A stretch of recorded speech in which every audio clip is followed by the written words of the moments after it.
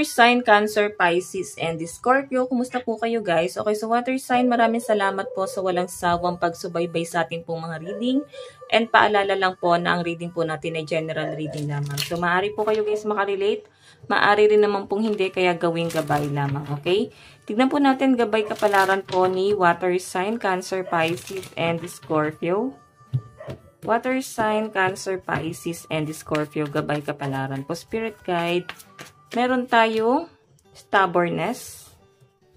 Okay, actually, may nakakairatang pangyayari sa inyo guys, no? Pero tinatry mo maging professional. Ibig sabihin, hindi ka papatol kahit na may nakakarindi, nakakairita, ingay, kaguluhan. So, ngayon guys, medyo irritable ka. Yun yung pinapakita sa akin. Meron po tayong schedule. Ayan, siguro pagod ka rin. Ngayong araw, marami ka kasing nga asikasuhin. So, yung iba sa inyo, fire sign, para bang ano ka, mainit ang ulo mo guys. Ito siguro epekto sa inyo ng ano, eclipse, no? Malapit na, ngayong April 8. Tapos, ano pa, Mercury retrograde. So, maaaring itong epekto sa inyo guys. Medyo nagiging mainitin ang ulo. Or, pwedeng kaya ka rin nagiinit yung ulo mo kasi nga, pagod ka, tapos, para bang ingay pa nila, or may distraction pa habang ikaw ay nagpapahinga. Okay? Meron po tayong trap. Ayan. Siguro guys, kaya hindi ka na rin pumapatol or hindi mo na rin ginagawang issue kasi ikaw rin guys yung magiging masama rito. Kaya ang nakikita ko sa inyo guys, parang ano, para bang hindi mo masyadong papansinin na lang. Okay? Idadaan mo na lang sa ibang bagay. Okay? So, maaring masasabi mo na lang sa ibang tao yung init ng ulo mo. Ayan. So, try nyo guys mag-relax. Baka kayo ay high blood, no? Pwede umiiksi ang pasensya ng mga water sign. Ayan. Umayos lang ako sa upo ko. So, guys, ang lucky number nyo is 77, 76, and 78. Tignan pa natin. Additional message po.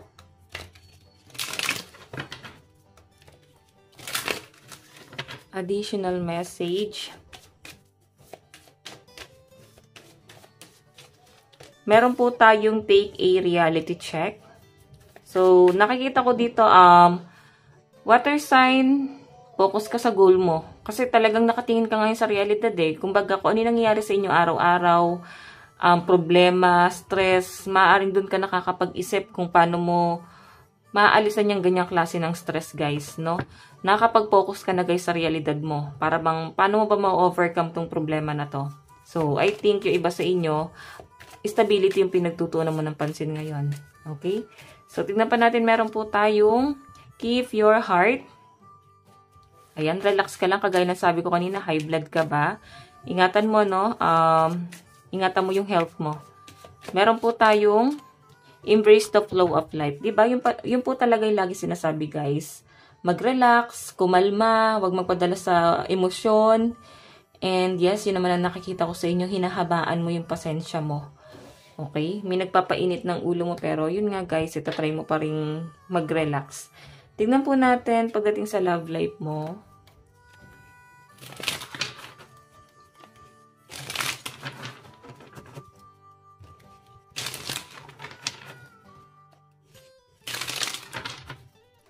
Okay, love life po ni water sign.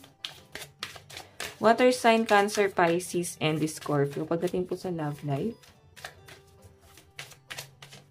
Meron po tayong the lovers.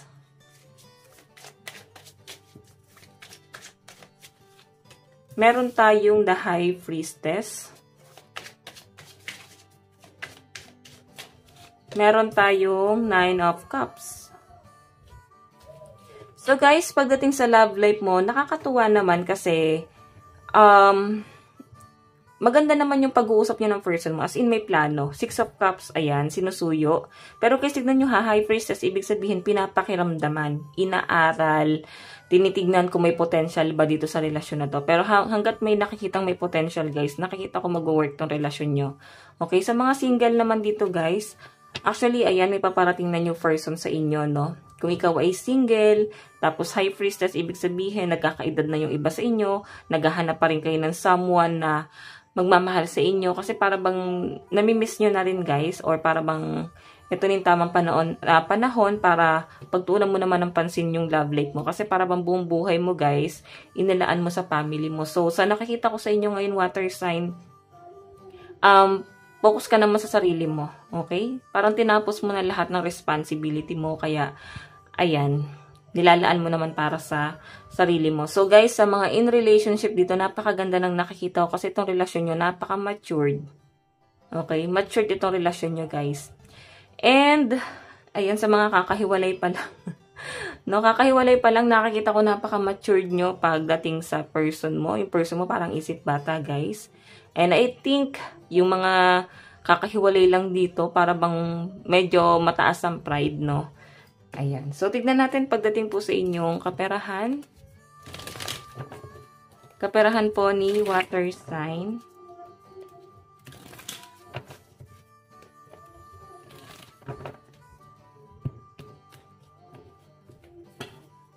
Water sign.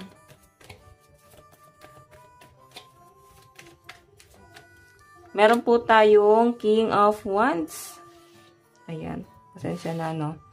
King of Wands. Nakikita ko dito, guys, strong. Strong. Ibig sabihin, malakas ang kapit ng pera sa'yo. Tignan natin. Meron tayong Three of Pentacles. Ayan. Nakikita ko yung pagsusumikap ng mga water sign. Ibig sabihin, guys, natatanggihan mo yung mga opportunity. Pwedeng dumarating kusa sa inyo yung opportunity, pero yun nga, guys, maaring hindi mo yan, guys, hindi ka interested dun sa opportunity na dumarating, no? Para bang hindi mo rin kasi, guys, alam or hindi mo pagamay, so hindi mo, guys, yan parang pagtutuunan ng pansin. Kahit na may nag-o-offer sa inyo, I think hindi mo siya, guys, ginagrab. Okay? Try to focus din, guys, kasi tignan mo na lang yung sitwasyon mo. Kasi Nine of Wands is yung stability. Hindi pa ikaw ganun katatag. So, hayan, guys, huwag daw masyadong mataas ang pride. Kailangan magpakumbaba pa rin. Lalo na sa mga nakikisama rito, guys. So, no choice talaga kayo, guys, kung ikaw ay nakikisama. Yan, no? Okay? So, titignan natin ang inyong advice. Advice po. Advice. Meron po tayong ECOS, Asian Culture, Roots, and Custom. So, nakikita ko rito, guys, maring meron kang makakadil na mga parang foreigner, or pwedeng ikaw ay nasa ibang bansa. So, nag-a-adjust ka sa culture nila. Water sign, ayan, lalo na kung nasa ibang bansa ka, tayo talaga ang mag-a-adjust, no, para sa kanila. Kasi, nasa ibang bansa tayo. Kung nasa Pilipinas sana, no? Pero sa bagay, sa Pilipinas kasi, para bang ang mayayaman dito, puro, ibang lahi, guys, no? Papansin nyo. Okay? So, hayan, guys. Ito lang po ang inyong reading. Hanggang sa muli. God bless and love you all. Thank you.